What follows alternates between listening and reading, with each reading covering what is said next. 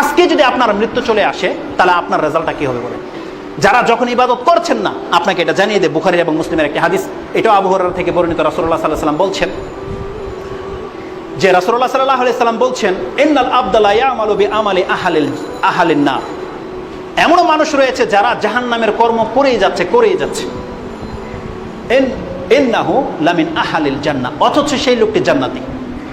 একটা লোক জাহান্নামের কাজ করেই যাচ্ছে, রাসূল সাল্লাল্লাহু আলাইহি ওয়াসাল্লাম বলছেন অথচ লোকটি জান্নাতি। ওয়া ইন্নাল আবদা লা ইয়ামালু বিআমালি আহলিন নার, অথচ একটা লোক জাহান্নামের কাজ করে যাচ্ছে, জান্নাতের কাজ করে যাচ্ছে। লা ইয়ামালু বিআমালি আহলিল জান্নাহ ইন্নাহু লামিন আহলিন নার, অথচ লোকটি জাহান্নামী। কারণ কিভাবে ফয়সালা হবে? রাসূল সাল্লাল্লাহু আলাইহি ওয়াসাল্লাম বলছেন, ওয়া ইন্নাল আমালু বিল খাওয়াতিম, কারণ আমল হচ্ছে সেটি যা তার সর্বশেষ তার পক্ষ থেকে পাওয়া যাবে। তাহলে আল্লাহ সুবহানাহু ওয়া তাআলা আপনাকে ঈমান দিয়েছে, এখন ফজরের আযান হয়েছে, আপনি ঘুমে, ওই মুহূর্তে যদি আপনার মৃত্যু চলে আসে তাহলে আপনাকে বেঈমান অবস্থা আল্লাহর কাছে উঠতে হবে। আপনি আল্লাহ না করুক এমন একটি জায়গায় আপনার মৃত্যু এসেছে যে আপনি কোনো মহিলার সাথে নাজায়েজ সম্পর্ক রেখেছেন, তার সাথে মিট করার জন্য তার কক্ষে গিয়েছেন, ওই মুহূর্তে যদি আপনার মৃত্যু চলে আসে তাহলে আপনি আল্লাহর নাফরমান বান্দা হিসেবে কাল কিয়ামতের মাঠে উঠবেন।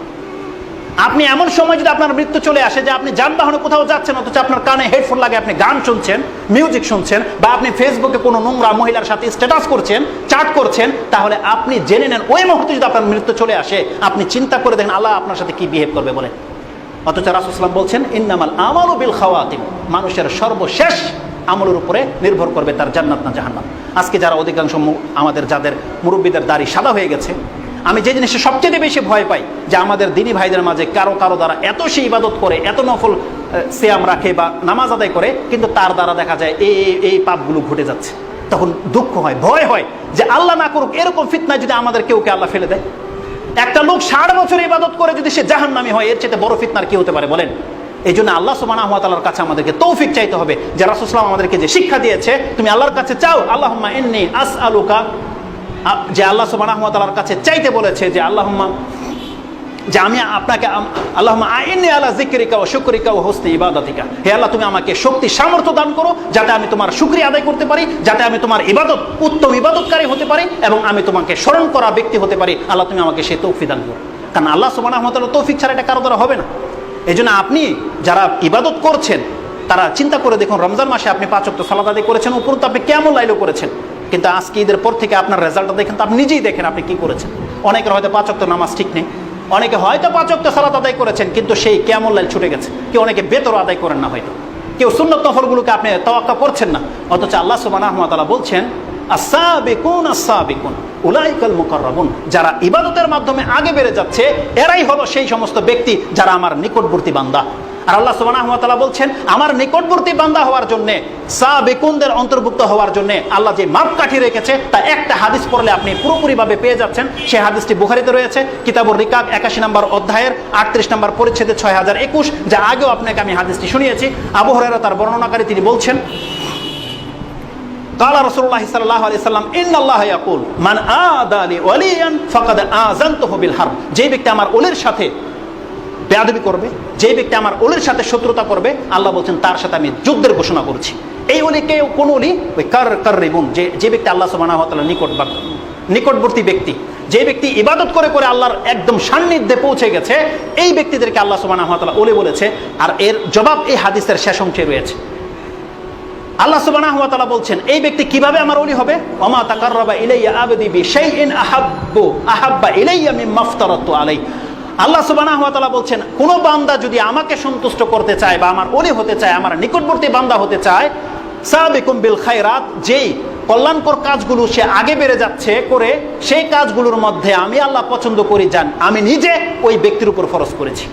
তার মানে একটা ব্যক্তি যে কোনো ইবাদত করুক, তার মাঝে আল্লাহর কাছে সবচেয়ে বেশি প্রাধান্য পাবে, আল্লাহ পছন্দ করে সেই ইবাদতগুলো যা আল্লাহ আমাদের উপর ফরজ করেছে। যেমন 5 ওয়াক্ত সালাত, রমজান মাসের সিয়াম, আপনার উপরে যাকাত ফরজ হয়ে গেলে যাকাত, পরিবারের ভরণ পোষণ, আপনাকে হারাম থেকে বেঁচে থাকতে হবে, আপনার চরিত্রটাকে ঠিক রাখতে হবে, এগুলো সব আমাদের উপর ফরজ।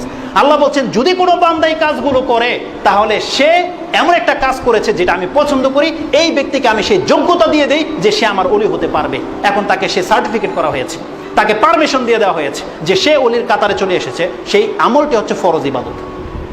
আপনার ফরজ ইবাদত করে আপনি অলির কাতারে দাঁড়াতে পারবেন। এখন অলির কাতার ধরে লম্বা 70,000 লোক রয়েছে, কিন্তু আল্লাহর নিকটবর্তী কে? আল্লাহ বলছে অমায়াজালু আবদি, আমার অলি হয়ে যাওয়ার পরেও কোন বান্দা যদি ক্ষান্ত না হয়, অমায়াজালু আবদি, সে কি করে?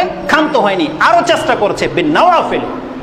অমায়াজালু আবদি ইয়াতাকাররাবা ইলাইয়া বিন নওয়াফিল, আমার বান্দা অলি হয়ে যাওয়ার পরেও আমার আরো নিকটে আসতে চাচ্ছে, কিসের মাধ্যমে? বিন নওয়াফিল, নফল ইবাদতের মাধ্যমে। হাত্তা উহিব্বু, আল্লাহ বলছেন যদি সেই কাজগুলো করতে থাকে আমি তাকে ভালোবাসি, তখন তাকে আল্লাহ সুবহানাহু ওয়া তাআলা ভালোবাসতে লাগে। তারপর আল্লাহ তাকে ভালোবাসলে কি অ্যান্সার হয়, কি রেজাল্ট হয়, এর পরের অংশগুলো আপনি পড়ে নেবেন, আপনার জন্য ছেড়ে দেওয়া হলো।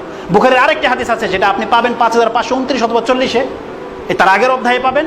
সেই হাদিসে আল্লাহ সুবহানাহু ওয়া তাআলা বলেছে যদি আল্লাহ কাউকে ভালোবাসে তখন আল্লাহ জিবরাইল আলাইহিস সালামকে ডেকে বলে, ইয়া জিবরাইল ইন্নাল্লাহা ইউহিব্বু ফুলানান ফাআহিব্বু, তুমি তাকে ভালোবাসো। তখন জিবরাইল আলাইহিস সালাম সঙ্গে তো ওই ব্যক্তিকে ভালোবাসে।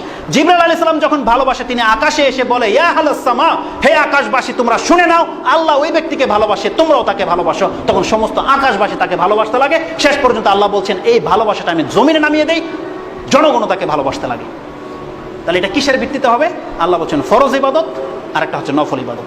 এই দুইয়ের সমন্বয়ে আপনি আল্লাহর ওলি হতে পারবেন, এবং যার মাঝে যত বেশি এই ইবাদতগুলো থাকবে আল্লাহ বলছেন সে তত বেশি আমার নৈকট্যবান বান্দা। এই জন্য ইবাদতের গুরুত্ব আপনার কাছে অসীম। বহু কথা রয়েছে, কিন্তু সময় আমাদের সংক্ষিপ্ত, সময় শেষ হয়ে যাচ্ছে। আকুলু লিকাউলি হাযা আস্তাগফিরুল্লাহ লি ওয়া লাকুম ওয়া লিসাইরিল মুসলিমিন ফাস্তাগফিরু ইন্নাহু হুয়াল গফুরুর রহিম।